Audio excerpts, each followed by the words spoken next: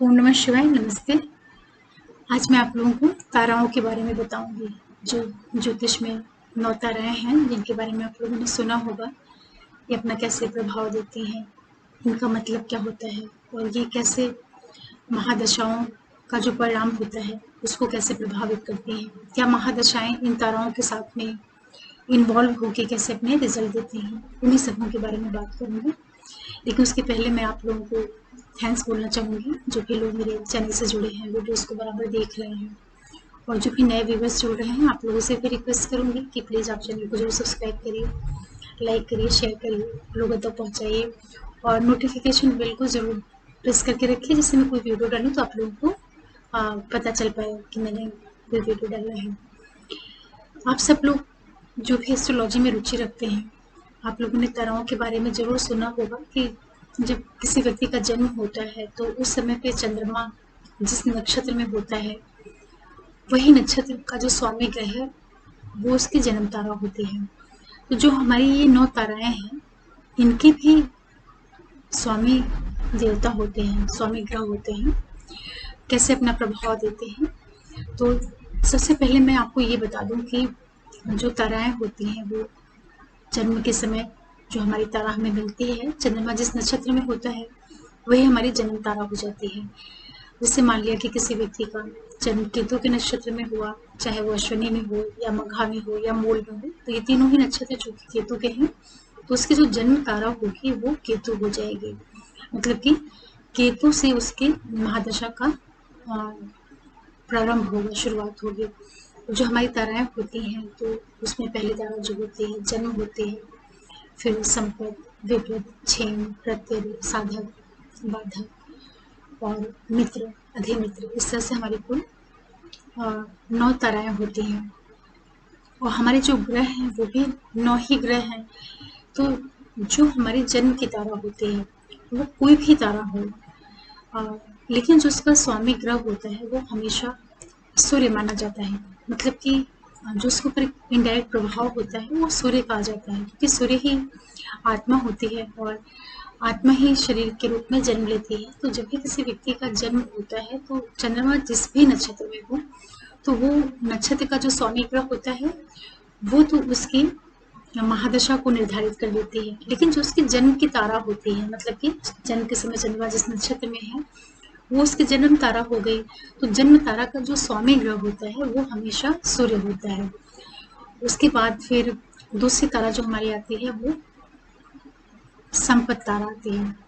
तो जन्म तारा जो होती है वो भी अच्छी रहती है, क्योंकि पैदा होते ही तो एक नॉर्मल सी ही दशा शुरू होती है। लेकिन उसके बाद जो संपत तारा आती है उसका जो देवता होता है, या कह लीजिए कि जो उसका स्वामी ग्रह होता है या उसके ऊपर जो इनडायरेक्ट इन्फ्लुएंस होता है वो बुध का होता है।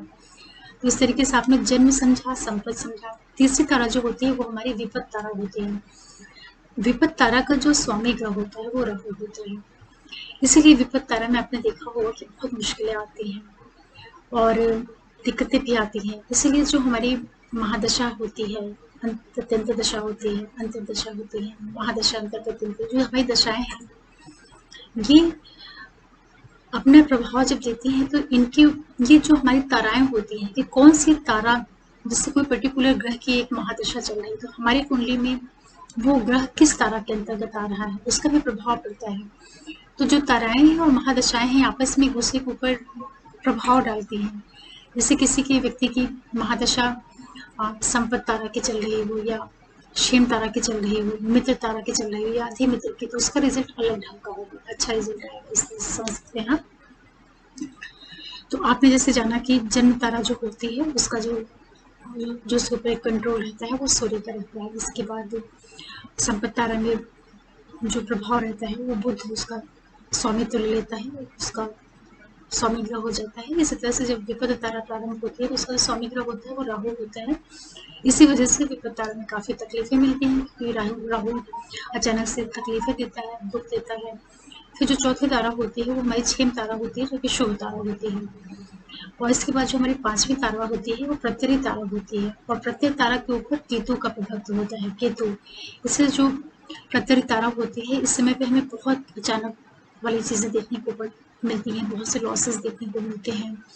और साथ ही साथ बुध तारा जो होती है, इसमें अगर व्यक्ति की 7.5 भी चल रही हो तो वहाँ पे उसको बहुत ज़्यादा दिक्कत मिलती है। और दूसरा क्या रहता है कि जो प्रत्यय तारा होती है वहाँ पे शत्रु जैसी स्थितियाँ निर्मित होती हैं, शत्रुता वाली स्थितियाँ निर्मित होती हैं, ऑब्स्टिकल्स आते हैं क्योंकि वो प्रत्यय तारा शुभ नहीं होती है, वहाँ पे बाधाएं बहुत ज़्यादा आती हैं। उसके बाद जो हमारी छठी तारा होती है वो साधक तारा होती है, जो कि शुभ तारा होती है, और उसमें मोस्टली अच्छे परिणाम ही देखने को मिलते हैं। तो शुभ तारा जो होती है वहाँ पे अधिकतर अच्छे प्रभाव देखने को मिलते हैं, और उसका जो स्वामी ग्रह बनता है वो चंद्रमा बनता है। इसीलिए जो है साधक वाली जो हमारी तारा होती है वो अच्छा परिणाम देती है। उसके बाद जो हमारी 7वीं तारा आती है बाधक जो होती है, तो उसका जो स्वामी होता है वो हमारा शनि ग्रह हो जाता है। तो शनि ग्रह होने की वजह से उस समय पे ऑब्स्टिकल्स के चांसेस रहते हैं। ये टोटल नहीं निर्भर करेगा, लेकिन चूंकि शनि का वहाँ पे एक अप्रत्यक्ष प्रभुत्व आ जाता है, तो वो जो तारा होती है वो इनडायरेक्टली व्यक्ति की लाइफ में जो लॉसेज हैं, पीड़ाएं हैं या मृत्युतुल्य कष्ट हैं, जो बहुत महत्वपूर्ण तकलीफ वाली चीज़ें होती हैं, उस तारा में वो चीज़ें देखने को अक्सर मिलती हैं। हालांकि ये चीज़ महादशा के ऊपर भी निर्भर करेगी, लेकिन इन जनरल जो बुध तारा होती है, अगर उस समय पे व्यक्ति की 7.5 भी चल रही हो और उसी समय पे उसके बाधकेश, मार्केश या बुरे ग्रहों की दशाएं वगैरह भी चल रही हो, तो वहाँ पे काफ़ी पीड़ा मिलती है। इसीलिए बुध तारा का जो के ऊपर जो प्रभाव होता है, इन्फ्लुएंस होता है, वो शनि ग्रह का होता है। उसके बाद जो हमारी 8वीं तारा होती है वो मित्र तारा होती है, और मित्र तारा जो होती है काफ़ी अच्छी तारा मानी जाती है। इसमें संपूर्ण वैभव, सुख, समृद्धि, ये सब चीज़ें देखने को मिलती हैं। या ये तारा से जुड़ी हुई जो महादशाएं वगैरह आती हैं, अपना प्रभाव डालती हैं, तो वो संपूर्णता, सक्सेस देती हैं। और इसका जो स्वामी ग्रह होता है वो शुक्र होता है, तो वो काफ़ी अच्छी तारा मानी जाती है। इसके बाद जो हमारी 9वीं तारा होती है वो अधि मित्र होती है, तो वो तारा भी हमारी काफ़ी अच्छी होती है। उसका जो स्वामी ग्रह होता है, जो उस तारा के ऊपर इनडायरेक्ट अपना इन्फ्लुएंस रखता है, वो मंगल ग्रह होता है। तो अधिमित्र जो होती है ये भी काफ़ी अच्छी होती है। तो इसमें जो व्यक्ति का जीवन होता है काफ़ी उन्नति वाला रहता है, काफ़ी उत्साह से भरा हुआ होता है जब अधिमित्र तारा की महादशांतर या प्रत्यंतर चलती है, तो उसमें काफ़ी अच्छे रिजल्ट देखने को मिलते हैं। तो आप लोग ये समझ पाए होंगे कि जो हमारी 9 ताराएं होती हैं, तो इन 9 ताराओं के ऊपर जो हमारे ग्रह हैं उनका एक अप्रत्यक्ष प्रभाव होता है, या ये कह लीजिए कि इन ताराओं से जुड़ करके जो ग्रह लॉर्डशिप पाते हैं उनका एक इनडायरेक्ट उसके ऊपर कंट्रोल होता है, उसी के अकॉर्डिंग व्यक्ति को परिणाम देखने को मिलते हैं। तो जो 9 ताराएं हैं, इनमें जो सबसे खराब ताराएं या तकलीफ वाली ताराएं मानी जाती हैं वो 3रे नंबर की तारा, 5वें नंबर की, और जो 7वें नंबर की तारा होती है वो शुभ नहीं होती है। तीसरी वाली विपत होती है, 5वीं जो होती है वो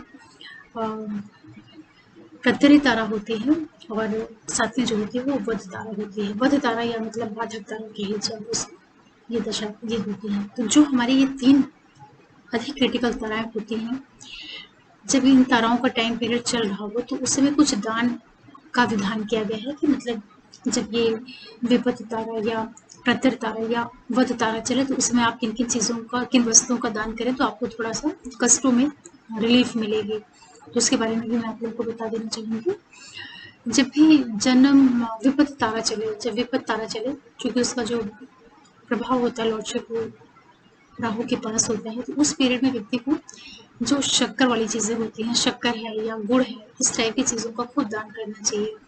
उसी के इसके बाद जब प्रत्यय तारा चलती है तो उस पर केतु का इन्फ्लुएंस होता है उस तारा के ऊपर, तो वहाँ पे आप नमक वाली चीज़ों का, नमक का काफ़ी दान करिए, उससे आपको रिलीफ मिलेगा। इस तरीके से जब वध तारा चलती है, वध तारा जिसके ऊपर शनि का प्रभुत्व होता है, तो वहाँ पे आपको जैसे तिल है और काले तिल है और दान दक्षिणा, इस तरह की चीज़ें जो सैटर्न से जुड़ करके होती हैं उनका खूब दान करना चाहिए। काला तिल है, उड़द वगैरह है, और दान है, गरीबों की मदद, ये सारी चीज़ें अगर आप करते हैं तो जो हमारी ये 3 तकलीफ देने वाली ताराएं होती हैं वो टाइम पीरियड भी थोड़ा सा कम तकलीफों के साथ निकल जाता है, या थोड़ा सा राहत हो जाती है।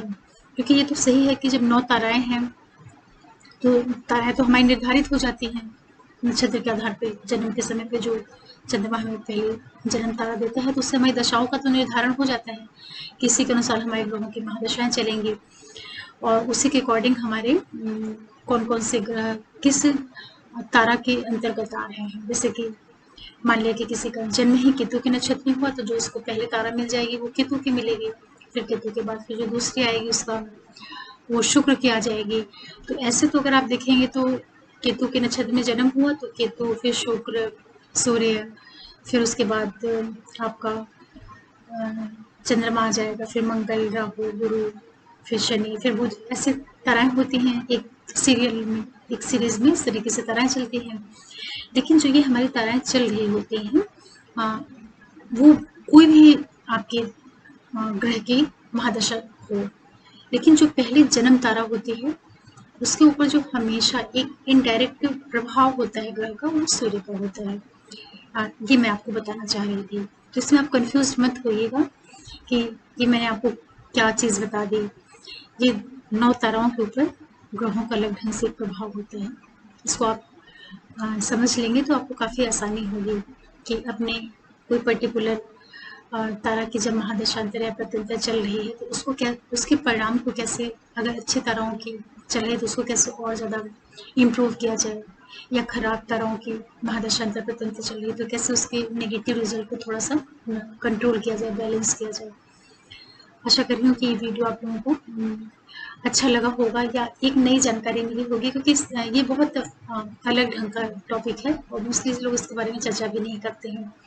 लेकिन एक दिन मैं ऐसी कुंडली देख रही थी तो मेरे दिमाग में ये चीज़ आई कि अगर ये जो ताराएं होती हैं इनके देवताओं के प्रभुत्व के बारे में भी, जो इनके ऊपर जो प्लेनेटरी कंट्रोल होता है किसी ग्रह का, उसके बारे में बताया जाए तो आप लोगों को कुंडली के एनालिसिस करते टाइम थोड़ी सी इसके द्वारा भी मदद मिल जाएगी। क्योंकि आपने देखा होगा कि जब तीसरी, पांचवी और सातवीं ताराएं चलती हैं तो लाइफ में उस पीरियड में, उस फेज में थोड़ा सा ऑब्स्टिकल्स किसी न किसी फॉर्म में ज़रूर आ जाता है। तो मैंने मोस्टली देखा है कि जब वध तारा चलती है, जिसको बाघी तारा बोलते हैं, तो उस समय अगर 7.5 आ जाए या चंद्रमा से 4-8-12 में सैटर्न का या राहु का या किसी भी मेलेफिक प्लैनेट का गोचर उस टाइम पे चलता रहे, या लग्न से भी 4-8-12 में शनि, राहु, केतु या मंगल भी आप कई बार देख सकते हैं, हालांकि मंगल छोटा ट्रांजिट वाला प्लैनेट होता है, तो वहाँ पे तकलीफें ज़रूर मिलती हैं। ये मैंने कुंडलियों में देखा है। आप लोगों को अगर ये अच्छा लग रहा हो, मेरा चैनल और वीडियोस पसंद आ रही हैं, तो जो भी नए व्यूअर्स जुड़ हैं मैं आप लोगों से रिक्वेस्ट करूँगी कि प्लीज़ आप चैनल को जरूर सब्सक्राइब करिए, लाइक करिए, शेयर करिए और बेल आइकन को प्रेस करके रखिए, इसमें कुछ वीडियो करना नोटिफिकेशन आप लोगों को मिले। आगे मैं फिर कुछ लेकर के आती हूँ एस्ट्रोलॉजी से रिलेटेड। शिवाय, नमस्ते।